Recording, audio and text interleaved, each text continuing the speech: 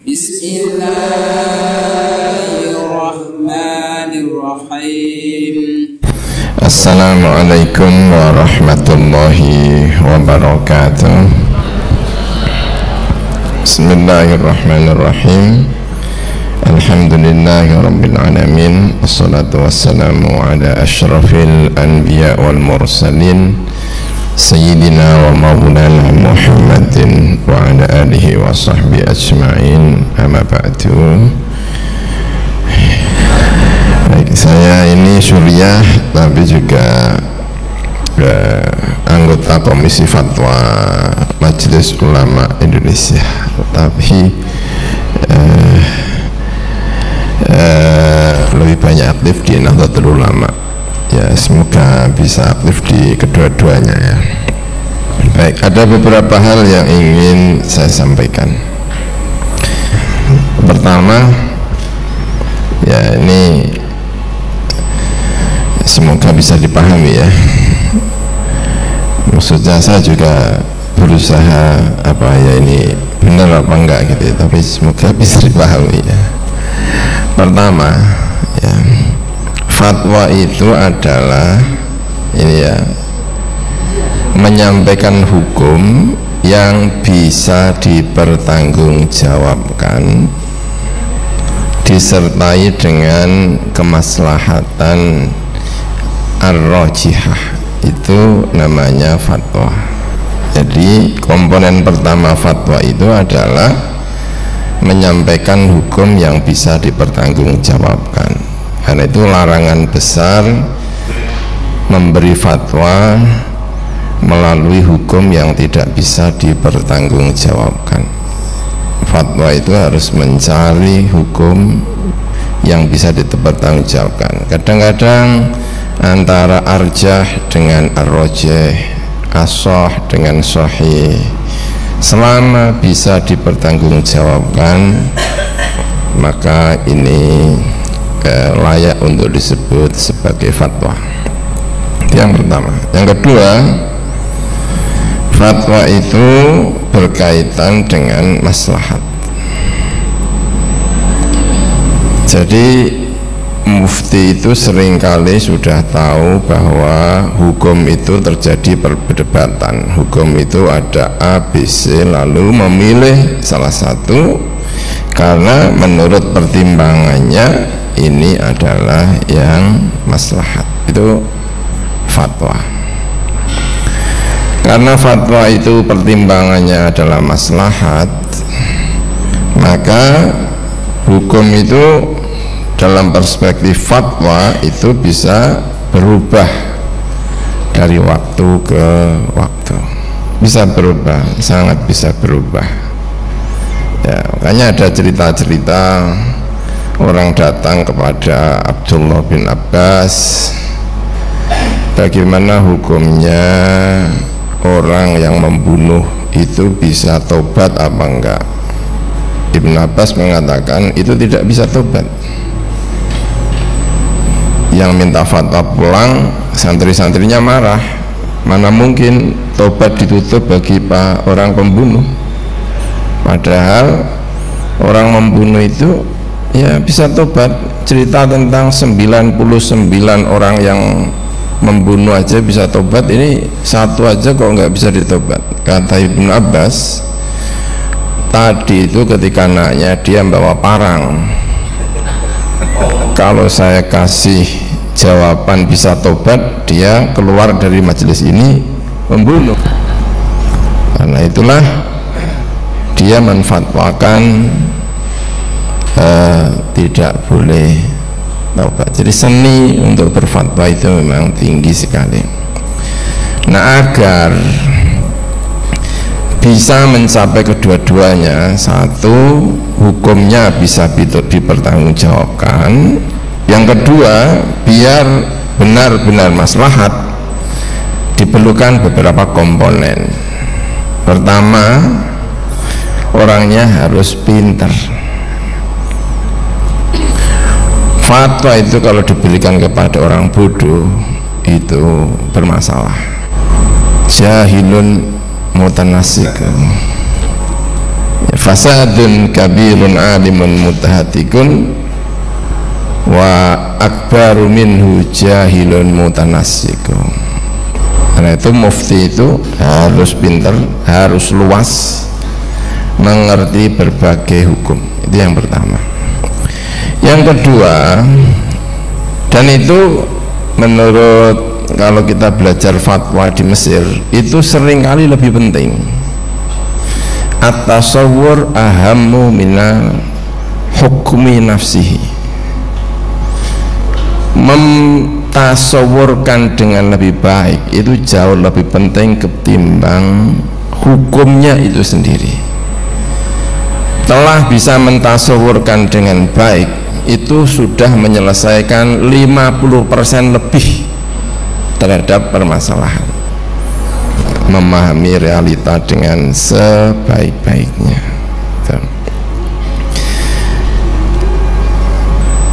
Seperti apa yang terjadi di Indonesia ini, ya, itu tentang fatwa MUI, tentang fatwa Nahdlatul Ulama, tentang fatwa apa itu, tasawurnya itu pasti rumit itu, dan tasawur itu seringkali lebih panjang. Mendatangkan ahli itu bisa 4 jam 5 jam, tapi begitu ahli udah selesai hukumnya tinggal 1 jam.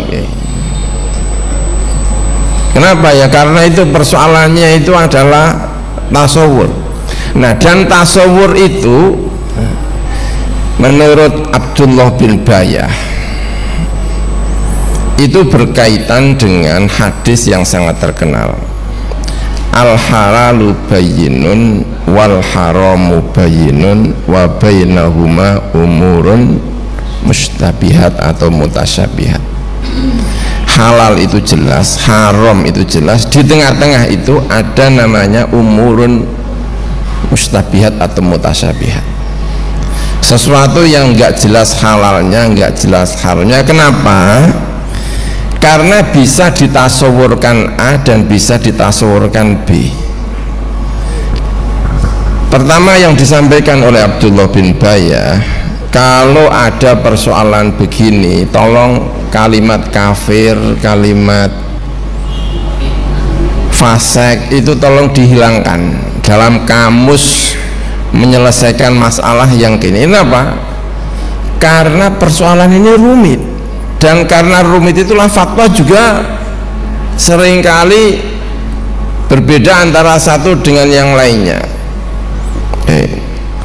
Itu bisa kita sampaikan di banyak hal, termasuk mengenai keputusan Nahdlatul Ulama di Munas Lombok mengenai anak yang ini. Oh, itu rumit sekali itu. Itu tidak hanya soal strategi, tapi fikihnya sendiri itu sudah mutasyabihat. Itu rumit ya. Baik. Nah, ya, kemudian kenapa ini perlu disampaikan? Karena tabi'atul fiqhi aksaruhu minal mutasyabihat. Fikih itu kebanyakan mutasyabihat. Mutasyabihat itu gampangannya kalau kita menyampaikan itu misalnya sholat, Kanjeng Nabi hanya menyampaikan shollu kama ra'aitumuni usolli. Nah, masalahnya itu ketika Kanjeng Nabi sholat itu mana yang sunat, mana yang wajib, mana yang fardu. Ketika Kanjeng Nabi menjalankan itu semuanya, tahiyat dengan sepanjang itu yang wajib mana, yang sunat mana, itu enggak dijelaskan oleh Kanjeng Nabi. Fatihah dengan surat itu yang mana yang wajib, mana yang tidak, itu enggak dijelaskan. Maka soal mana yang wajib dan tidak ini seringkali minal mutasyabihat. Dan tolong kalau minal mutasyabihat begini jangan gampang-gampang memasukkan kalimat kafir atau fasik. Kalau kamu enggak gini kafir, kalau enggak kamu gini fasik. Itu berbahaya dalam halal di mana ini masuk pada wilayah-wilayah mutasyabihat. Nah, apa yang kita hadapi ini itu banyak mutasyabihatnya. Ini kalau saya menghitung persoalannya itu banyak sekali, dan itu harus membuka-buka buku kitab fikih. Kenapa itu kok sulit ya. Dan kalau ada seorang tabi'in atau bahkan sahabat Abdullah bin Mas'ud ibtada'ahum bis salam, lalu diprotes, itu artinya itu sejak zaman sahabat itu sudah khilaf. Kalau hari ini itu kemudian NU Jawa Timur dan MUI itu khilaf, ya dulu itu memang sudah khilaf. Udah nggak aneh terus. Udah nggak aneh, ya memang dulu itu khilaf. Ya, dulunya sudah khilaf. Kenapa kok khilaf? Karena Kanjeng Nabi pernah mengatakan la tabda'uhum, tapi Kanjeng Nabi sendiri pernah salam.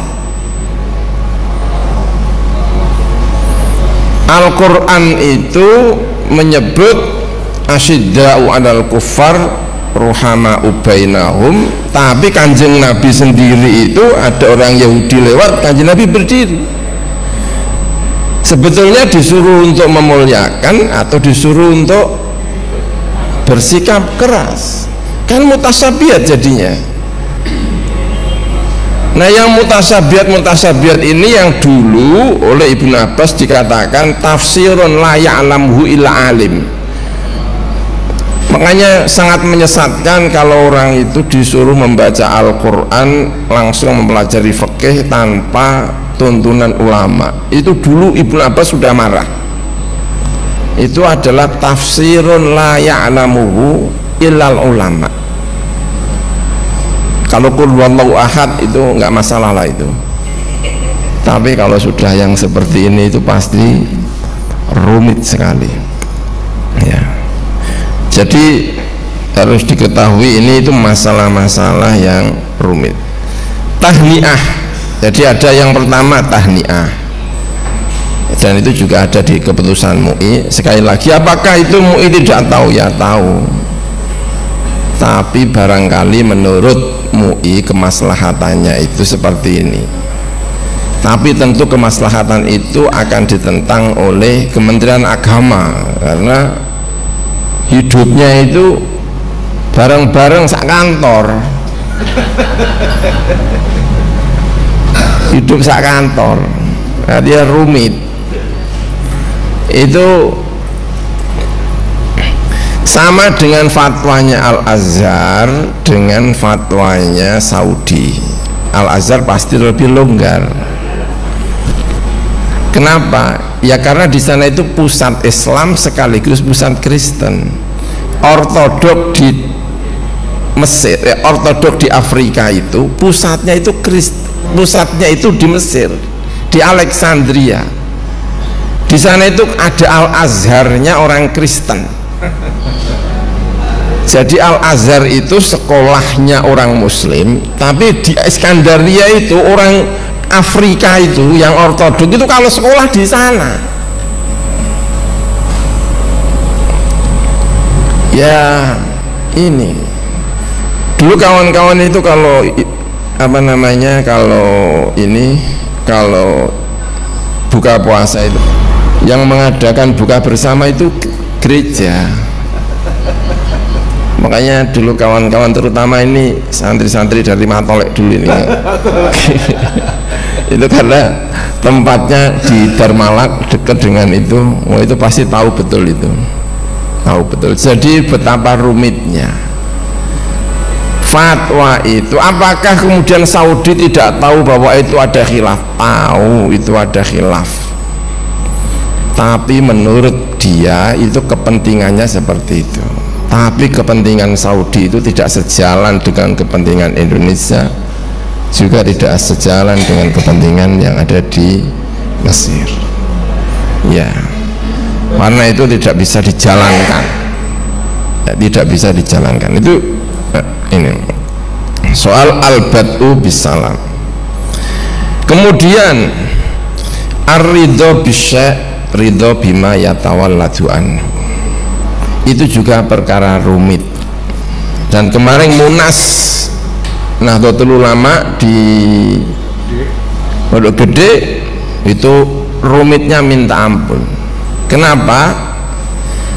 Ada persoalan tidak baik yang mendapatkan pembenaran, mendapatkan legitimasi, bukan pembenaran. Ada sesuatu yang tidak baik yang tidak mendapatkan legitimasi. Makanya fikih-fikih itu juga rumit. Dalam Al-Quran itu, walau la taf'ullahin nasa ba'dahum bi ba'din la apa?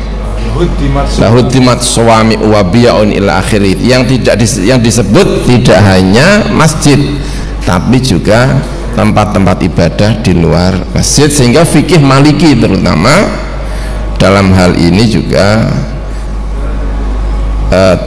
ada penjelasan-penjelasan, setidaknya menurut Maliki yang mutaakhirin itu, tentang adanya sesuatu yang tidak dibenarkan tetapi mendapatkan legitimasi. Maksudnya begini, orang Kristen secara teologi tidak dibenarkan oleh agama Islam, tetapi keberadaannya mendapatkan legitimasi di dalam agama. Nah, ikut bukan membantu atau namanya apa ya, ikut mengayu bagyo keberadaan mereka ini, mengayu bagyo akidahnya atau mengayu bagyo legitimasinya. Ini kan mutasyabihat loh, ini namanya mutasyabihat. Orang Kristen itu pasti nanti kalau makan itu caranya ya cara Kristen. Nanti kalau orangnya hidup ya nanti akan nyembah Kristen. Sekarang kalau kita memberi makan itu ridho dengan keberadaan dia yang dilegitimasi, ataukah ridho nanti kalau dia itu sehat akan beribadah. Sekarang kamu memberi makan orang Kristen, terus hukumnya gimana? Apakah melihat dia sebagai manusia yang dilegitimasi oleh agama, ataukah melihat dia sebagai insan yang nanti kalau sehat itu pergi ke gereja? Nah, fikih kita itu juga menyediakan kerumitan yang seperti ini ya.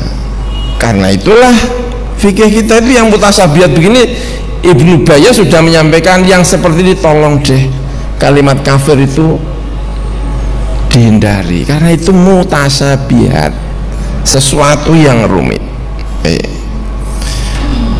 Ad-du'a li ghairi muslim, itu fatwa-fatwamu itu akan menyangkut merembet masalah-masalah ini, dan fikih kita juga rumit, mutasyabihat lagi.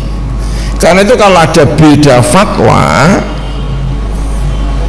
itu sekali lagi saya sampaikan, itu adalah menyangkut hukum yang bisa dipertanggungjawabkan disertai dengan kemaslahatan. Maslahat itu tergantung dengan tasawur masalahnya. Itu setengah jawab, itu sudah 60% jawab. Tapi kalau tasawurnya nanti berbeda, itu juga berbeda. Betapa rumitnya ya. Ad-du'a'u li ghairil muslim, mendoakan kepada non muslim, itu hukumnya apa? Karena assalamualaikum warahmatullahi wabarakatuh itu adalah doa yang dalam keputusan MUI itu dianggap ibadah. Doa itu ibadah, tapi fikihnya sendiri itu ada persoalan yang rumit. Tentu saya tidak ingin menjelaskan secara panjang lebar mengenai wilayah ini, karena nanti akan panjang bagaimana hukumnya mendoakan kepada non muslim. Ada lagi persoalan yang berentek-berentek, mengaminkan doanya orang muslim, non muslim. Nah, boleh apa enggak? Saya ketemu dengan non muslim, semoga anda dirahmati Allah. Nah, ini amin apa enggak ya? Amin apa enggak? Nah, apakah doanya non muslim itu bisa diijabahi ataukah tidak? Fikih kita juga rumit. Nah, kalau kita tahu dengan persoalan itu namanya ilmunya luas. Jadi kan saya kalau cerita gini kan kayak kan saya ini kayaknya mufti ini. Gitu ya. Kenapa? Ini detail-detailnya itu rumit. Makanya ini kalau mau belajar fatwa kalau itu harus tahu rumit-rumitnya dulu sehingga kita menentukan A, B, C, kita udah tahu itu persoalannya ada di mana. Ada di mana. Betul. Nah, pasti kalau ada keputusan-keputusan A itu ini. Innallaha la yaghfiru an yushraka bihi wa yaghfiru ma duna dzalika liman yasha. Oke, tafsirnya akan saya jelaskan. Innallaha la yaghfiru an yushraka bihi. Gusti Allah tidak mengampuni syirik. Tapi Allah mengampuni yang di luar syirik. Nah, sekarang kalau yang itu orang kafir dosanya dosa tidak syirik, bisa enggak diampuni Mas? Kalau syiriknya enggak boleh, jelas enggak mungkin. Tapi dosa yang non syirik bisa enggak diampuni? Oke. Dan perdebatan ini harus tahu mana yang rojih, mana yang tidak, mana jumhur, mana tidak, kapan kepepet, kadang kapan tidak kepepet. Qardawi itu juga pernah jatuh pada masalah wilayah ini tahun 2000 berapa ya ini 2005 Baba Roma apa itu namanya apa? Paus namanya itu siapa ya? Yohanes siapa ya? Yohanes Paulus II. Ya benar. Nanti tahun 2005. Qardawi itu doanya gimana? Ini saya bacakan teksnya yang bikin waktu itu heboh tidak karu-karuan. Makanya rumit ya hal yang seperti ini dia. Mana ya? Saya catat kok. Doanya lucu. Lucu itu maksudnya itu kepleset apa anu gitu yang. Natullah an yarhamahu wa yusibahu biqadri ma qaddama min khairin lil insaniyah wa ma khallafa min amalin salihin aw atharin tayyibin.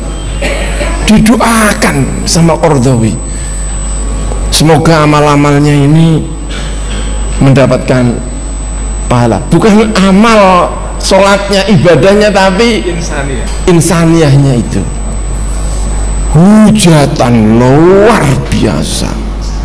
Itu kalau orangnya bukan tetek gitu itu udah langsung mengkeret itu seluruh nah makanya itu juga far'un min fiqhin wasi'in. Apakah pendapatnya Qardawi dalam hal ini itu bisa dipertahankan ataukah tidak, tapi itu jelas ada basis perdebatannya di dalam fikih. Mungkin Qardawi waktu itu kepepet disaksikan oleh orang banyak ya, mungkin sehingga qaul-qaul yang menurut banyak orang itu marjuh dipakai misalnya. Wallahu alam bishawab. Itu pokoknya itu sesuatu hal yang sangat-sangat rumit ya. Kita mengenal cerita tentang Abu Lahab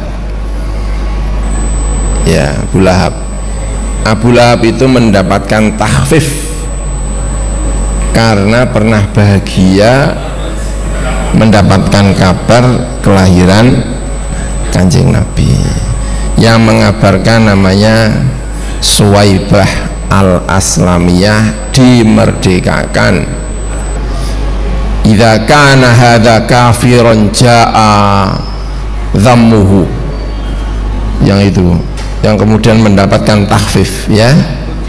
Nah, fikihnya itu takhsis Abu Lahab ataukah amun li jami'i ghairi al muslimi. Ini kan rumit lah ya. Ya, sehingga dan hada yatafarra'u minhu umurun katsirah. Sehingga kalau ada fatwa yang ini lembaga ini nilai kebangsaannya seperti apa, ini ya, tentu itu fatwamu itu bisa dipahami ketika kita misalnya berjalan-jalan ke Malioboro waktu tahun baru. Itu kayak bukan negara mayoritas muslim ya ini. Seluruh ornamennya, seluruh ininya itu seakan-akan itu Kristen, padahal itu di tengah-tengah muslim misalnya. Jadi walhasil, tetapi tentu kalau itu diumumkan begitu saja ya, ada persoalan yang saya kira sangat esensial di negeri ini, sama dengan fatwa itu kalau diterima di Mesir itu juga itu bermasalah ya. Nah kemudian yang terakhir ya, yang terakhir dan biar kita ini balance ya, semuanya ada itu, wirai itu apakah yang berat ataukah yang ringan? Karena seringkali dipersepsikan wirai itu yang berat. Musik misalnya, kita tahu musik itu khilaf, dan seringkali yang mengatakan itu tidak mau berdalih ini adalah ikhtiyar. Tapi yang perlu diketahui, sekian orang itu menjadi dosa karena dia dapat fatwa musik itu hukumnya haram, sementara dia tidak bisa meninggalkan dan taunya haram. Tapi sekian orang terselamatkan dari dosa karena setelah dia tahu musik itu ternyata ada yang bilang halal. Jadi setelah tahu musik itu ada yang mengatakan halal, dia ketika mendengarkan musik tidak lagi pakai pendapat yang haram, sehingga dia tidak dosa. Makanya yang takhfif itu juga bilangnya aftaitu bihada waro'an, saya menfatwakan ini itu karena saya wirai, bukan karena kegampang, bukan, tapi karena saya wirai. Tentu tidak semua musik, tidak semua ini ya, tapi secara umum itu berbeda pendapat. Tentu ada yang musik yang tidak baik, yang tempat yang tidak baik, apalagi kalau musik yang ada di itu ya, di mana itu ya, yang lagunya itu kalau dengar di telinga itu kuari itu loh, di bis-bis apa itu ya, yang jorok-jorok itu ya, yang jorok-jorok itu loh, pokoknya nggak karu-karuan bahasanya itu ya. Kayak itu ada dua bit. Apa fikih itu sangat luas. Nah sekarang dulu fikih itu dianggap 4 mazhab aja ya, Maliki ya, Hanafi, Maliki, terus Syafi'i, Hambali.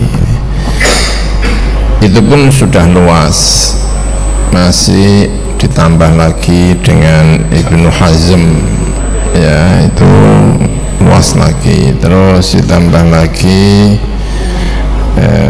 Asy-Syaukani dan siapa As-Sun'ani, tambah luas lagi.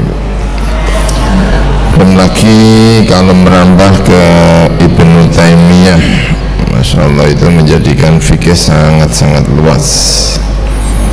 Nah kewajiban fatwa itu adalah menginput data dari fikih-fikih yang ada itu untuk diserap, untuk dipertimbangkan mana yang paling sesuai, paling rojih, paling ini itu ya, dalam beberapa hal, tentu tidak dalam semua hal ya, itu perlu mendapatkan apresiasi itu. Nah kemudian soal masalah-masalah ya, tentang An-Najasyi. An-Najasyi itu akrab sekali dengan Kanjeng Nabi ya. Sangat-sangat akrab. Putrinya Kanjeng Nabi itu ya, bacaan saya ya, nanti gak dicek. Sayyidina Utsman dengan istrinya yang pertama itu Ruqayyah, itu hijrahnya tidak dari Makkah, itu hijrahnya dari Habasyah. Jadi bukan Makkah Madinah, tapi Habasyah Makkah. Jadi Nabi itu tahu persis tentang siapa Najasyi. Ja'far bin Abi Thalib itu juga hijrahnya tidak dari Mekah, itu hijrahnya dari Najasyi. Tahu betul. Wakrab. Saking akrabnya, diantara di sana itu ada anaknya Abu Sufyan, namanya Ummu Habibah, namanya Romlah. Itu bapaknya musuhnya Kanjeng Nabi, tapi punya putri namanya Romlah, itu masuk Islam. Sehingga Romlah itu kesulitan, karena itu Romlah itu hijrah ke Habasyah untuk mempertahankan Islamnya dari keluarganya itu, sama suaminya. Lalu suaminya itu di sana itu dia pisah. Menurut banyak riwayat, ya walaupun ada yang tidak setuju ya, tapi banyak riwayat menyampaikan suaminya itu masuk Kristen. Makanya Romlah itu sumpah membela agama sampai hijrah bersama suaminya, malah suaminya itu masuk Kristen, di sana Kristen ya. Nah, Nabi itu kenal betul Najasyi, anaknya itu dikirim ke Madinah, itu masuk Islam Najasyi itu.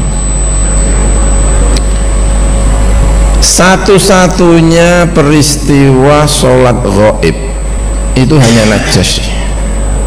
Tidak ada orang mendapatkan penghormatan sholat ghaib dalam sejarah Nabi selain Najasyi. Sehingga fikih-fikih itu khilaf, apakah ini khosun di Najasyi atau amun di jami'il muslimin. Syafi'iyah mengambil pendapat itu amun di jami'il muslimin, sehingga kita melaksanakan itu. Tapi sebagian fikih kita itu mengatakan Najasyi itu adalah khos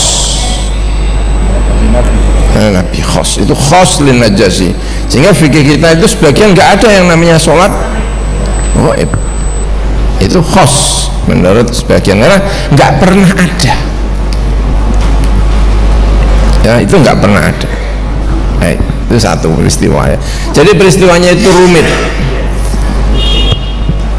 Nabi punya musuh di Madinah, itu namanya Abdullah bin Ubay bin Salul. Abdullah bin Ubay bin Salul itu punya anak, itu santrinya Kanjeng Nabi, diantara santri terbaiknya. Jadi bapaknya itu munafik, pimpinan munafik, anaknya itu santri terbaik diantaranya. Dan itu yang sering kalau ayah saya itu bilang anaknya PKI itu bisa santri top itu, karena itu luar biasa itu ya. Nah, anaknya Abdullah bin Ubay bin Salul itu ketika mau mati, karena tahu anaknya itu kesayangannya Kanjeng Nabi, pesan sama anaknya untuk disolati Nabi. Padahal itu Ra'isul Munafiqin ya. Nabi nyolati. Pesannya bapaknya itu sama anaknya, tolong sampaikan ke Nabi, nanti saya kalau mati dikubur dikafani bajunya Kanjeng Nabi. Setahu saya salah dua orang yang dikafani dengan bajunya Nabi, salah satunya itu munafik. Abdullah bin Ubay bin Salul. Nabi nyolati, Umar itu narik kanjeng Nabi. Nabi jangan, kanjeng Nabi itu munafik. Jangan solati, jangan solati, jangan solati. Sampai turun ayat wala tusalli ala ahadin minhum mata abadan. Oke ya. Sehingga peristiwa tidak boleh sholat kepada non muslim itu menjadi kesepakatan yang tidak bisa diganggu gugat. Itu susah sekali, sehingga Mbak Bishri itu kesulitan ketika tetangganya itu minta disolati yang Cina itu, sehingga sholatnya di depan terus di belakang yang katanya itu sudah nah ya itu kan ada, itu saking susahnya karena nggak ada itu. Jadi Nabi tahu betul, kenal betul itu. Nah kemudian kanjeng Nabi itu karena Romlah kasihan di sana itu janda sendirian, punya anak namanya Habibah, makanya namanya Ummu Habibah, namanya Romlah aslinya. Suaminya yang tadi itu, kanjeng Nabi itu nggak tega, Romlah dilamar sama kanjeng Nabi. Yang ngelamar, kanjeng Nabi ngelamar, yang minta dilamarkan itu siapa? Najasyi. Jadi wakilnya kanjeng Nabi itu Najasyi. Satu-satunya maharnya istrinya kanjeng Nabi paling mahal itu adalah Romlah. Itu saya hitung itu 1 miliar berapa gitu. Saya pernah menghitung itu. Iya dinar, tapi saya konversi, saya pernah hitung itu lebih dari 1 miliar maharnya. Kenapa? Yang memberi mahar adalah Najasyi. Jadi istrinya yang paling mahal, makanya ada LDR itu ya Sayyidina kanjeng Nabi dengan Romlah itu. Makanya kalau kemudian disampaikan bahwa Najasyi itu orang Kristen, itu kayaknya nggak benar itu. Semua maroji itu mengatakan Najasyi itu masuk Islam. Rojulun soleh, sallu ala akhikum asmahah tadi, rojulun soleh, kenal betul, dan itu satu-satunya yang mendapatkan itu. Kalau misalnya ada pernyataan Nabi pernah menyolati non muslim, itu tentu tidak satu-satunya, karena orang baik itu tidak hanya Najasyi ya. Saya sepakat, dan itu ini ya, itu yang pertama. Jadi Najasyi, soal tafsir nanti itu oke, tapi saya ingin menggambarkan bahwa kanjeng Nabi itu kenal betul siapa Najasyi, itu kenal betul. Itu kalau ada HP itu sudah hotline itu sudah sangat akrab, sudah sampai memasrahkan pernikahan Nabi dengan Romlah itu dipasrahkan kepada Najasyi. Anaknya datang ke Madinah itu muslim. Anaknya apa adiknya saya lupa, nanti dicek itu ya. Jadi itu saya walhasil banyak sekali soal redefinisi tentang berbagai masalah ya. Saya kira itu kita sedang menjalankan itu dalam tubuh Nahdlatul Ulama, tentang terma negara, tentang terma keadilan, tentang terma hubungan laki-laki dengan perempuan, banyak hal itu saya kira kita lakukan ya. Baik, itu ya, saya kira itu. Baik, terima kasih, sehingga semoga kita bisa memahami itu dengan baik. Terima kasih. Wassalamualaikum warahmatullahi wabarakatuh.